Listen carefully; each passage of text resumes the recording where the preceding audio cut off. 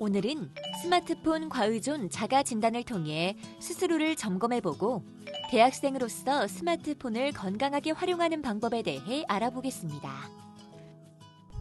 안녕하세요. 스마트폰 사용 경력 9년의 대학생 유병훈입니다. 안녕하세요. 저는 경력 8년의 대학생 이은비입니다. 오늘도 이렇게 스마트폰에 대해서 이야기를 나누기 위해서 자리하게 되었는데요. 오늘은 대학생으로서 우리가 어떻게 하면 스마트폰을 건강하고 바르게 사용할 수 있을지에 대해 알아보도록 하겠습니다.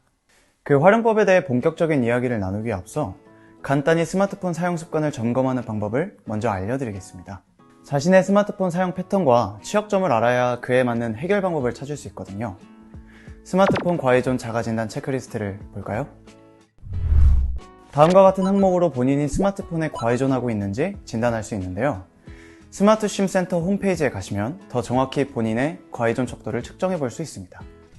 대충 세어봤을 때 7개 정도 그렇다고 답한 것으로 보아서 저는 아마 위험군에 속해 있을 것 같은데 얼른 가서 과의존의 정도를 좀 파악해 봐야겠습니다.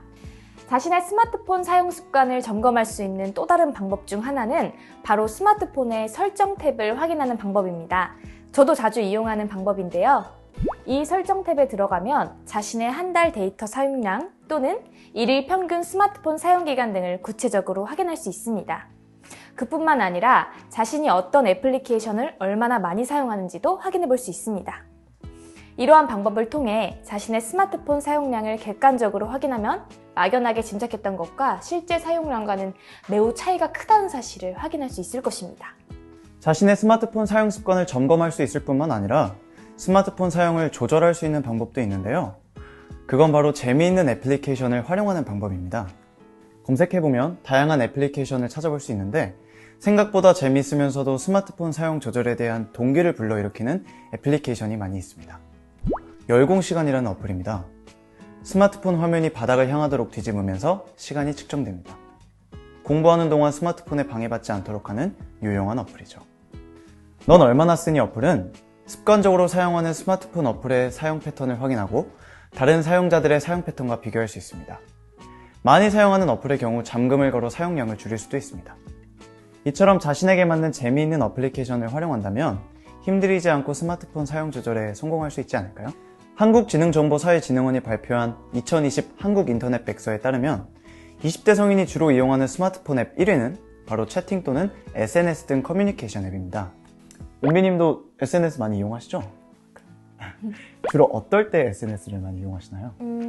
오늘 하루 무엇을 했는지 일상을 기록하고 공유하기도 하고 잘 만나지 못하는 친구들과 SNS 연락으로 관계 유지를 하기도 합니다.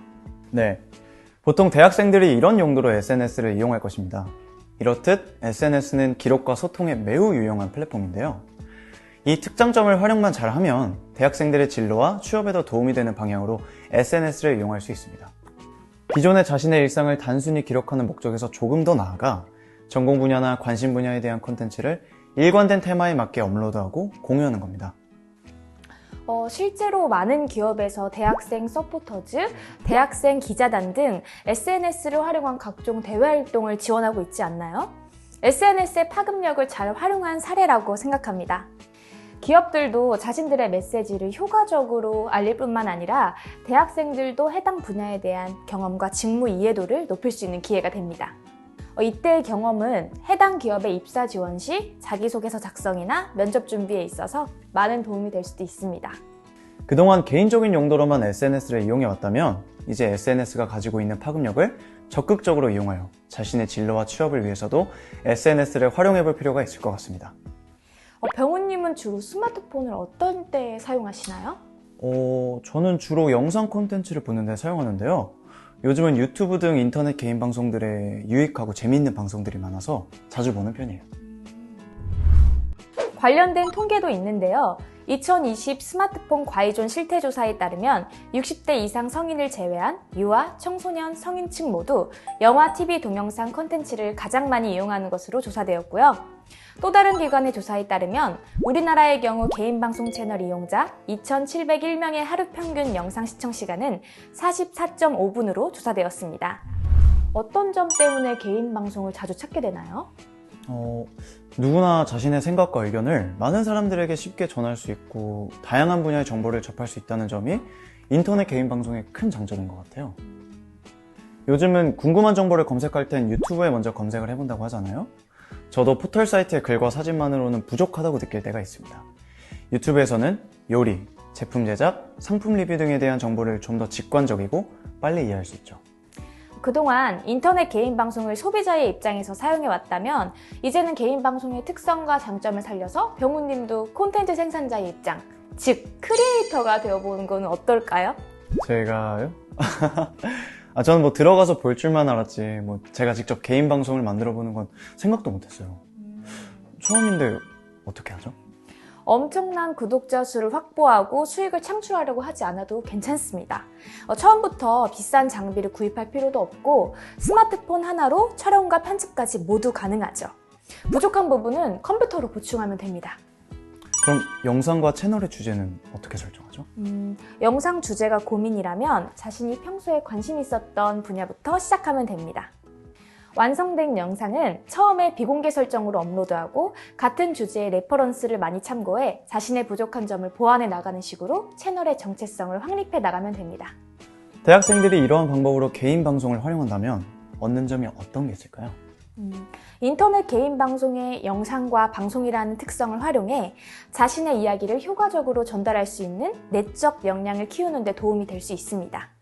자신이 가지고 있는 생각과 정보를 어떻게 쉽고 재밌으면서도 효과적으로 전달할 수 있을지에 대해 고민할 뿐만 아니라 상대방이 자신의 콘텐츠를 어떻게 받아들일지 고민하게 되므로 자신의 생각과 의견을 객관적인 입장에서 성찰해 볼 수 있는 좋은 기회가 될 수 있습니다. 코로나19 팬데믹 이후 이용이 증가한 플랫폼 중에 화상회의 플랫폼이 있습니다.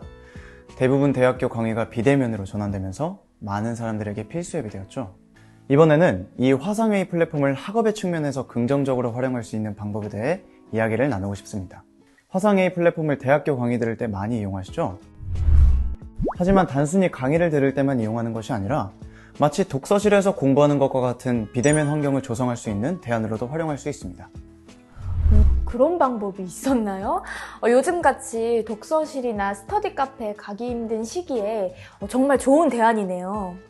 일부 학생들이 줌 독서실이라는 것을 실천하고 있는데요.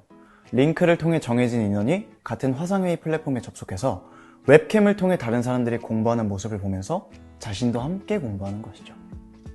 마치 한 공간에서 함께 공부하는 듯한 느낌을 주어 혼자 할 때보다 동기부여가 확실히 되고 훨씬 더 오랫동안 집중하면서 공부할 수 있겠더라고요. 이처럼 화상회의 플랫폼을 대학교 강의를 듣는 용도로 수동적으로만 이용할 것이 아니라 자신의 학업에 활력을 불어넣을 수 있는 도구로서 주체적으로도 활용할 수 있을 것 같습니다. 스마트폰 활용에 대한 마지막 방법으로 SNS를 활용한 선행에 대해서 이야기해 보겠습니다. 전 세계 사람들이 챌린지란 이름으로 실천하고 있는 행위가 한 예라고 볼 수 있는데요. SNS의 파급력을 긍정적으로 활용해 작은 선행을 SNS에 공유하면 다른 사람들도 이를 보고 동참하려는 마음이 생기는 것이죠. 선행이 선행을 낳는 결과를 기대할 수가 있겠네요. 막상 어떤 선행부터 시작해야 할지 모르는 사람에게 어떤 것을 추천해 줄 수 있을까요? 처음부터 거창한 봉사활동을 할 필요는 없습니다. 거리에 쓰레기 줍기, 지인을 돕거나 헌혈, 기부 등 소소한 선행을 실천해 공유하는 것부터 시작하면 됩니다. 소소하게 시작한 작은 실천이 다른 누군가의 일상에 큰 변화를 가져다 줄 수 있는 마법이 될 수 있다는 것이죠. 여기서 조금 더 나아가 디지털 모바일 기기의 기능을 활용한다면 모바일 기부나 모바일 서명운동과 같은 사회활동을 해서 여러 사람들의 동참을 유도해 볼 수도 있겠네요. 우리 스마트폰을 활용해서 작은 나눔부터 실천해봐요. 오늘은 자신의 스마트폰 사용 습관을 점검하고 스마트폰을 긍정적으로 활용할 수 있는 방법에 대해서 알아봤습니다. 오늘 이야기 나눠본 소감이 어떠신가요? 저희와 같은 대학생은 학업에 정진하면서도 더 큰 사회로 나가기 위해 준비해야 되는 신분이잖아요.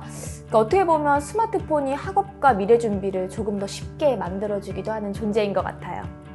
스마트폰을 잘 활용해 자신의 정체성을 확립하고 졸업 이후의 미래를 개척하는 데 좀 더 긍정적이고 적극적으로 활용해보는 건 어떨까요?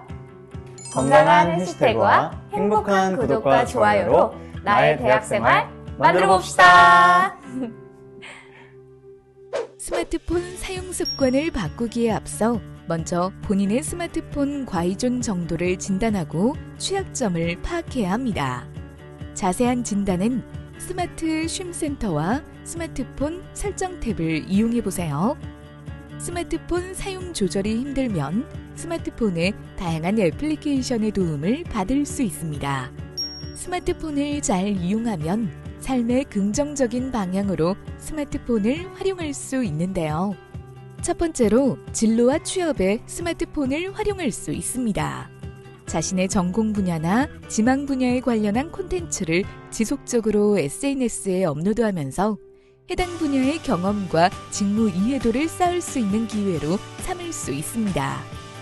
두 번째로는 직접 자신만의 콘텐츠를 만들어 보면서 자신의 이야기를 효과적으로 전달할 수 있는 내적 역량을 키울 수 있습니다. 세 번째로는 화상회의 플랫폼을 동기부여의 수단으로 활용해 학업에 긍정적으로 이용하는 방법이 있습니다. 동시간대 접속한 다른 학생들의 공부 모습을 보면서 왠지 나도 공부를 열심히 해야 할 것만 같은 자극을 받는 것이죠. 마지막으로 SNS에 작은 선행을 실천하고 공유할 수 있습니다.